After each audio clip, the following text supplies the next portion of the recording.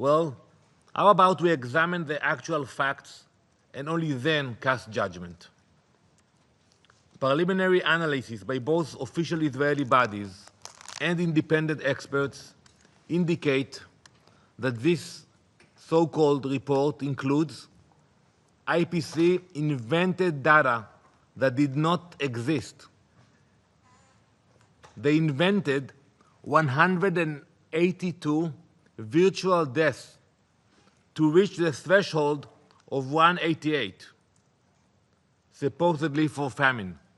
So the numbers didn't work for them. There was only 6. So they added 182. So now they can come with this report. Second fact, the IPC cherry-picked data from a survey of 15,749 children. They took data from only 7,519 children, which leads to the desired political result of the report's authors. Third, IPC hid data that contradicts the agenda. The IPC conducted 2 surveys in Gaza and hid one of the surveys in the appendix that shows there is no famine in Gaza. Following these gross forgeries, we are demanding the IPC for the immediate removal of the forged report. Let's continue to examine the facts. Let's speak about the aid. The UN's own records show more than 500 trucks carrying over 46,000 tons of aid have entered Gaza. That's since May 19, 94% of which was food. Yet, according to the UN agenda, if you read carefully, only about 1 in 9 or 8 trucks actually reached their destinations. 1 out of 9. Why? Because armed groups and Hamas terrorists intercepted the rest of the trucks inside Gaza. Not in Israel, not at the gates, not at the checkpoints, inside Gaza. In the same period, more than 7,400 trucks with over 139,000 tons of food and over 2,000 tons of medical supplies entered. But the IPC refused to count them. On the ground, the picture is clear. The crossings are open, despite the daily lies about crossing closures from the mouth of Mr. Tom Fletcher. On a typical recent day, 300 to 400 truckloads are collected inside Gaza, while hundreds more sit waiting on the Gaza side for the UN to distribute it. When partners actually collect and distribute, prices fall. And it's not me saying it or him saying it. You can look at the market price. We have seen the prices of goods fall dramatically, but this fact is also ignored. Prices are the most accurate measurement of shortages. For example, a kilogram of flour has recently fallen by 80% in the markets of Gaza. Non-UN channels are helping to fill the gaps. 90-plus community kitchens are serving 600,000 meals a day. 18 hospitals and 12 field hospitals are operating with tens of thousands of tons of medical supplies delivered. Thousands of patients have been evacuated for treatment. We are powering water lines and a desalination plant so hundreds of thousands could easily access drinking water. We continue to work with organizations committed to humanitarian work, not political incitement. Yesterday, World Food Programme Executive Director Cindy McCain entered Gaza and visited both Deir el-Balach and the Gazan side of the Kerem Shalom crossing to see these efforts herself. But the IPC report hides this reality behind intentionally flawed methods. They lower the bar, exclude the aid they dislike, and publish the worst case possible. That is not humanitarian work. That is diversion. This same diversion feeds the next one, statements that reward terror. Colleagues, we all know that not too long ago, there was progress toward a hostage agreement. Mediators were working. There was hope.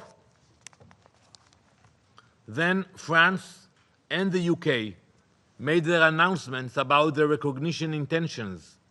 Many others followed suit. They gave Hamas an out. They told Hamas that if they agree to a ceasefire and release the hostages, they will get nothing from the international community. They encouraged Hamas to disengage and walk away from the negotiations. To those countries, look at your actions and at Hamas's response to them. When France made its announcement, Hamas called it, and I quote, "positive step in the right direction," and urged all states to, and I quote, "follow France," and hailed it as the fruits of October 7. That's how Hamas called your statement, the fruits of October 7. When the Dutch foreign minister resigned a few days ago, Hamas praised this recognition and called it a moral and courageous stance.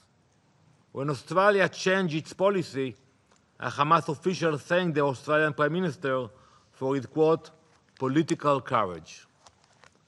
These are the people cheering you on: rapists, murderers, kidnappers.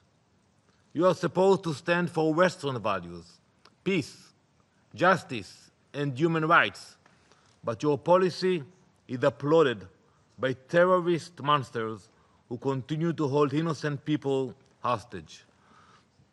I hope that fact might cause these nations to reflect.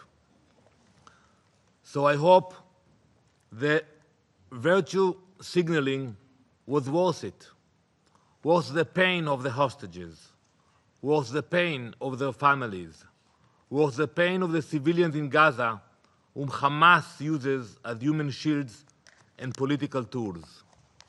You have set a precedent. Murder civilians and you will be heard. Take hostages and you will be rewarded. Every terrorist group is watching. The lesson is simple: violence works.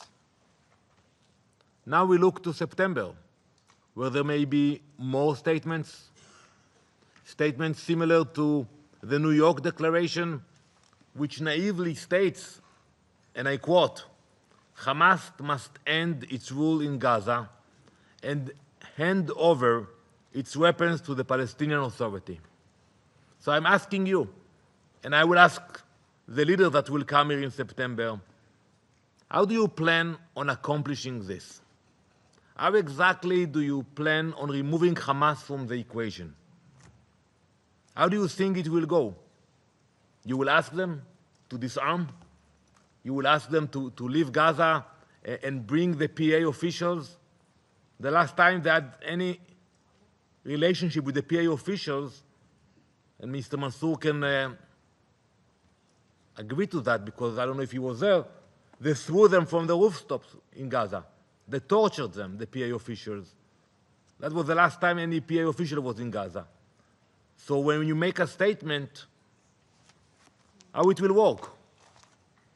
We know it will not happen from empty UN statements or meaningless summits. We know you leave the real work to us. You may not say it, but you know it too. At least be honest about what your statements really mean. Empowering Hamas and allowing them to continue to exploit the people of Gaza and threaten the people of Israel? That's what it means if they will stay there. And I tell you today, we will never allow that to happen. Mr. President, this Council can keep chasing distractions or return to core principles. The hostages, say their names, demand proof of life, demand they receive aid, medical care, and visits from the Red Cross. Use real pressure on those who hold leverage over Hamas. Make them return the first sentence of every statement in this chamber until they are home. Hamas's rule must end. Any meaningful future for Palestinians and Israelis require it. You cannot build accountable institutions around murderous terrorists. Israel will keep doing the hard work. We will bring our people home. We will dismantle Hamas's war machine. Ilana, to you, to Matan's family, and to all the families, we will not be diverted. We will not be deterred. We will bring them all back home. Thank you, Mr. President. Agradezco. I don't wish to extend this meeting too much longer. And I did hesitate a great deal before asking to speak again. I hesitated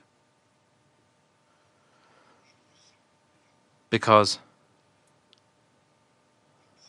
I can feel the anxiety, the revulsion from Miss Grevitsky. I listened to her. I listened very carefully to what she said. And I listened very respectfully to what she said. But the suffering that she is enduring does not allow her within this council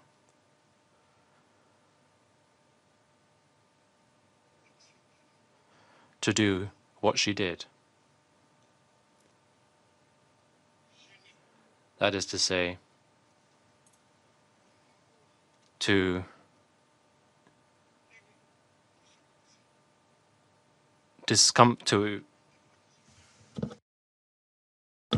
upset the members of this council, in spite of what she has been through, in spite of all of her suffering, in spite of everything. That does not allow her or authorize her to upset the members of the council, to cause discomfort among members of this council when a member of this council is giving a statement.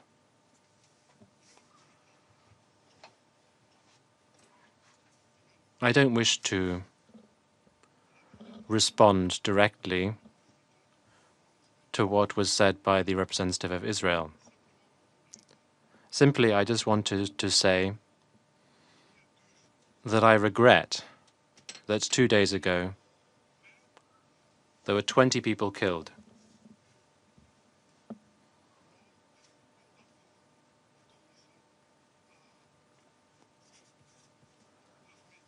When there was a bombing that was authorized by the Israeli army, including 5 journalists who died. And this includes poor Miriam. There were also humanitarian workers. There were ambulance workers.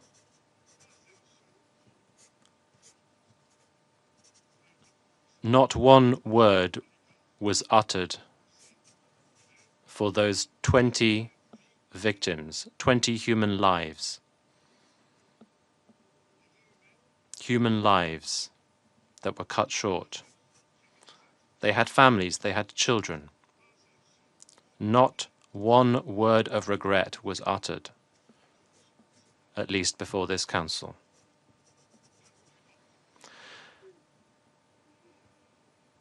I don't wish to extend the meeting any further.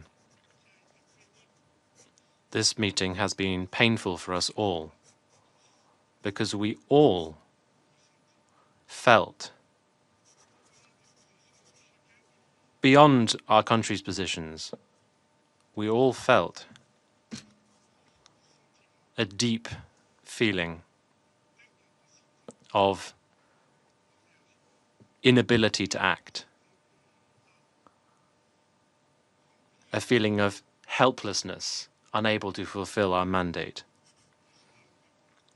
And that is a matter of disgust to us all, and it saddens us all. Thank you. The President, I thank the representative of Algeria for the statement. I understand the reasons for what you said, and I apologize for not having intervened to call for decorum when you were delivering your statement earlier. There are no further names inscribed on the list of speakers. I give the floor to the representative of Israel for a second statement. I wasn't planning to respond, but I will be very brief because the representative from Algeria, not for the first time, is making a show in this council. But I would advise you, before you make a show, check the facts. And I spoke about the facts. The horrible pictures you showed earlier, we looked at those names and numbers, and I don't want to go into details, but I would meet with you and share with you the information about the diseases of those children you showed and what is the real problem they had. And it has nothing to do with malnutrition. But you came here to attack a survivor, to make a show, to compete with Mr. Mansour. So I will not get into your politics, but I will just tell you, check your facts. I thank the representative of Israel for the statement. The representative of Algeria has asked for the floor once again.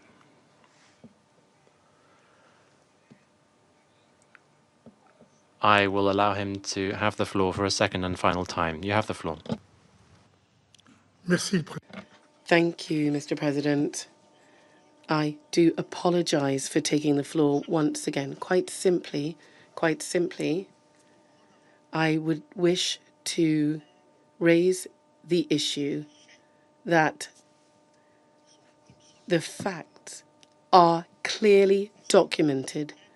They have been documented in their Secretary General's report. They've been documented in the 50-page report of the IPC. Thank you very much.